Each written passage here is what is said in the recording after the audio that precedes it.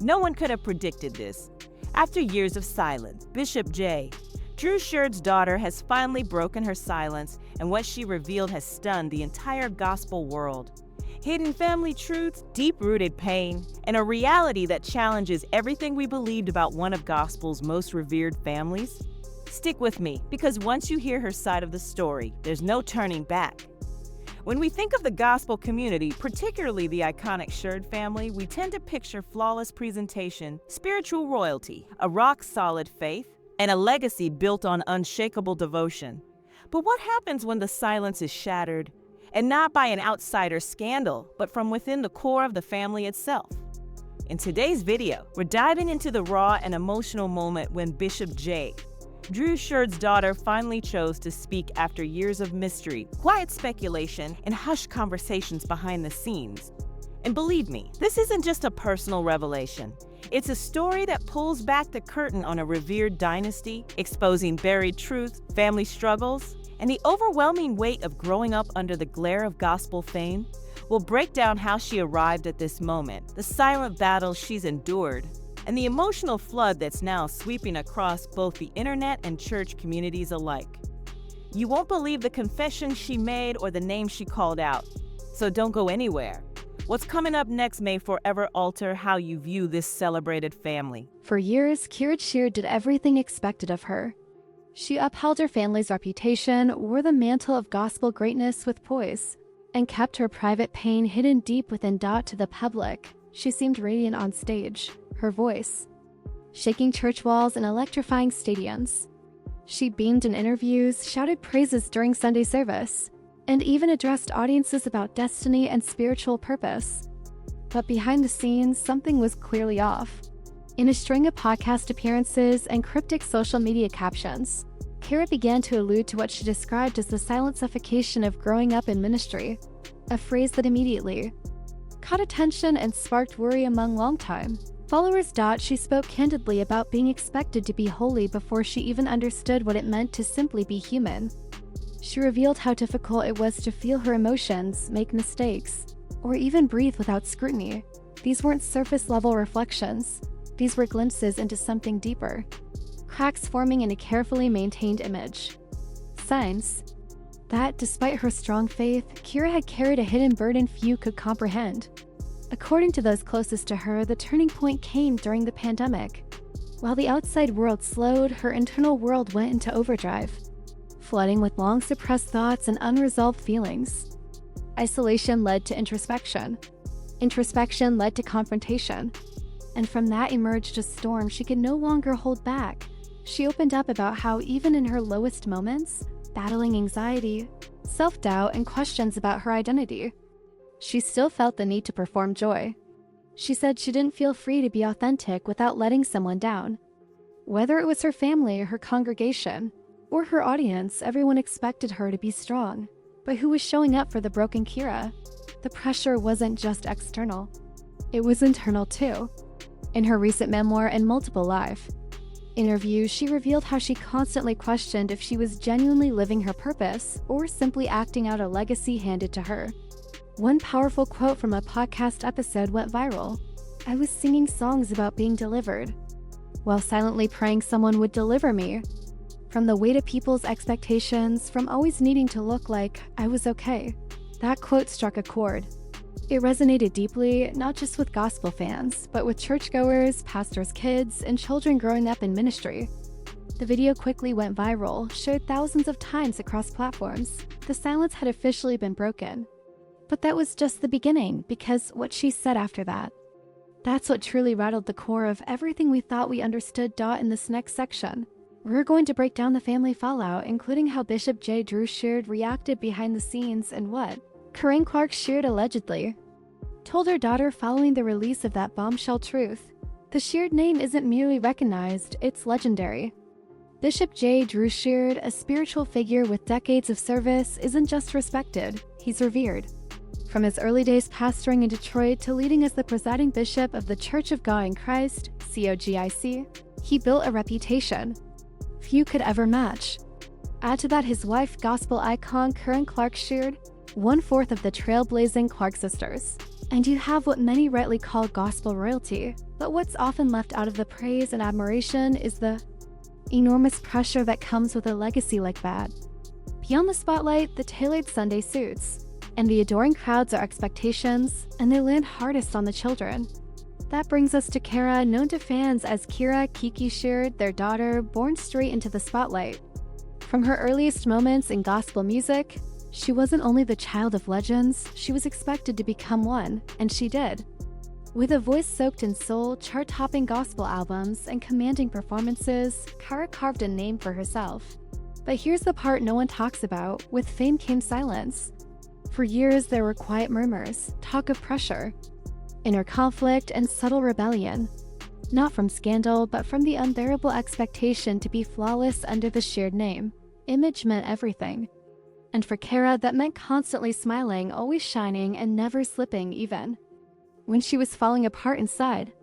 While fans saw her basking in award shows, touring cities, and posting glamorous photos, they had no idea what was happening behind the scenes. What was Kierra hiding? What exactly was she protecting? And why, after years of silence, did she finally decide she'd had enough? Hold tight, because in the next segment, we'll explore the exact moment that shattered everything. The moment Kierra Sheard broke her silence for good, and nothing was the same after that. Not for her, not for the fans, and certainly not for the Sheard family. For years, the Sheards presented a united front, picture perfect, spiritually grounded and in total alignment.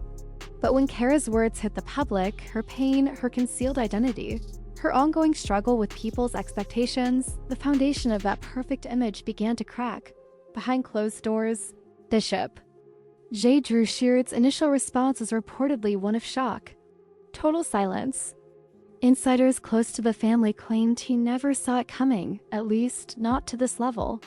While he understood that Kierra had faced challenges living under public scrutiny, no one expected her to reveal such vulnerable truth so openly. According to sources, Bishop Sheard, a leader known for his discipline, structure, and deep dedication to the church, felt torn. As a father, he loved his daughter and wanted her voice to be honored. But as the face of a global denomination, the presiding bishop of COGIC, her role came with a different weight. Legacy, order, and public image weren't just values. They were non-negotiable estats, so was her honesty a form of betrayal? Or was it an act of healing? In private discussions, it's said that Bishop Sheard voiced concern about exposing the family's inner wounds. He warned that Kierra's openness might be weaponized, used by critics to attack not only her, but their entire family and ministry legacy. It was the classic generational divide, one side holding tightly to silence, dignity and image, while the other leaned into openness, healing, and raw truth. And then there was Kierra Clark Sheard, Kierra's mother, a woman who had herself risen from trauma, including surviving a near-fatal experience after a botched surgery, was, according to sources, deeply conflicted. Kierra knew what pain looked like. She knew what pressure felt like. But even she had seldom spoken about it in public. As Kierra shared during a now viral Instagram Live, her mother had quietly supported her behind the scenes, gently telling her, sometimes telling your truth isn't rebellion, it's redemption. That tender exchange, delivered through tears, marked a quiet yet powerful turning point. But that didn't mean the entire family stood united behind her. Beyond the carefully crafted Instagram captions and public appearances, some insiders claimed that certain extended family members saw Kierra's openness as disruptive. A few even worried it might stir confusion within the church. Still, Kierra didn't retreat, she doubled down. She continued sharing personal journal entries, released music that reflected her emotional battles, and even announced a mental health initiative tailored specifically for church kids, young people raised in religious spaces that rarely made room for emotional complexity. This isn't about dishonoring my father, she said during the live stream. This is about not abandoning myself. And with those words, she lit a spark. Her bravery triggered a flood of reactions, heartfelt DMs, comments, and even handwritten letters from people who, like her, had never felt seen. Many admitted they were stunned by how deeply her story resonated with their own. But here's the twist that made headlines: her father's eventual public response. Yes, Bishop J. Drew Sheard would eventually break his own silence. In the next section, We'll unpack what he finally said, how he addressed the growing controversy before his congregation, and why some are saying that his reaction was far more revealing than anyone could have imagined. For weeks, speculation had been building. Would Bishop J. Drew Sheard speak up? Would he continue ignoring the escalating headlines centered on his daughter's emotional revelations? Or would he take the route that so few spiritual leaders have taken and confront the issue directly? At first, there was only silence, no interviews, no statements, just a noticeable and deliberate absence from certain public events where the Sheard family was usually seen together. Fans picked up on it, gospel bloggers ran with it. Even religious commentary sites began posing difficult questions. Is the church ready for truth when it comes from within its own walls? Then came the Sunday that changed everything.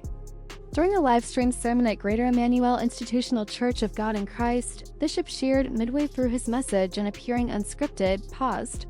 He took a long breath and said, "Sometimes the ones closest to you cause the deepest. Hurt not because they want to, but because they've been silently hurting for far too long. And when that pain finally spills over, we're left with a choice. Do we protect the image or do we protect the family?" The congregation gasped. Cameras zoomed in. People leaned forward in their seats. It wasn't a full endorsement of Kierra's actions, but it wasn't a condemnation either. It was raw. It was honest. He continued. As a father, it's painful. As a bishop, it's even more difficult. As a man of God, I believe in truth. I believe in healing. And I believe God is using this, not to tear us down, but to teach us. That moment was clipped, reposted, and reshared across Instagram, Facebook, and YouTube within hours. Captions read, "Finally." Others said, "This is what leadership looks like." It was rare to see a gospel leader not reacting with defensiveness, but instead acknowledging cracks in the very system he helped uphold. But that wasn't the end of it. Just days later, Bishop Sheard sat down for a candid conversation on a faith-based podcast hosted by a younger generation of pastors. During the discussion, he opened up about the difficulties of raising children under the unrelenting spotlight of ministry. And with notable humility, he admitted something few expected, that the church has not always created space for emotional maturity or mental wellness. Kierra was the first to speak. "Honestly, I was terrified to even sit down for this interview," she admitted. "I thought that speaking up might break something in our family, but what I didn't realize was that staying silent was breaking me." Her voice trembled. Bishop Sheard lowered his gaze, visibly moved. What came next was a rare, tear-filled moment that left everyone watching in stunned silence. Turning to his daughter, Bishop Sheard said, "I've always loved you. I've always been proud of you. But I now see that I wasn't always listening. I thought protecting you meant telling you how to live, when what you truly needed was room to grow into the person God called you to be, even if it didn't match what I had envisioned." It was raw. It was honest. It was vulnerable. And for many watching, it felt revolutionary. Because in that moment, it wasn't just a well-known gospel family opening up about personal pain. It was a generational shift in real time. The older generation acknowledging the hidden cost of always appearing perfect, while the younger one demanded room for honesty, imperfection, and healing. Kierra then shared something that, until then, had never been made public. "There were times I didn't even feel saved," she said. "Not because I didn't love God, but because I felt like I could never live up to what people expected from someone carrying the Sheard name. I lost myself trying to be this ministry machine." She went on to describe long, lonely nights, anxiety attacks, breakdowns, and crying alone in hotel rooms after performances, wondering if God still saw her, the real version of her, behind the gospel glamour and the hit records. Bishop Sheard responded with his own heartfelt confession. "I didn't know," he said quietly. "And that's what hurts the most." The weight between them melted into a hug, not a performative embrace, but the kind that happens when two people finally see each other clearly. Not as bishop and gospel celebrity, but as father and daughter. The chat and comment sections exploded. People wept with them. Some described it as a moment of healing the church didn't even know it had been praying for. But perhaps the most unforgettable moment came when they bowed their heads together and prayed live on camera. This time, it was Kierra who led the prayer. A daughter praying not from performance, but from power. "God, thank you for letting us begin again. Not with filters, but with faith." And in that brief but powerful prayer, she wasn't only praying for herself. She was lifting up every preacher's kid, every child of a pastor, every soul who has ever felt crushed under the impossible weight of being perfect. This wasn't just another interview. It was a moment, a turning point. One that just might change how the church engages with transparency, mental health, and the deep need for generational empathy.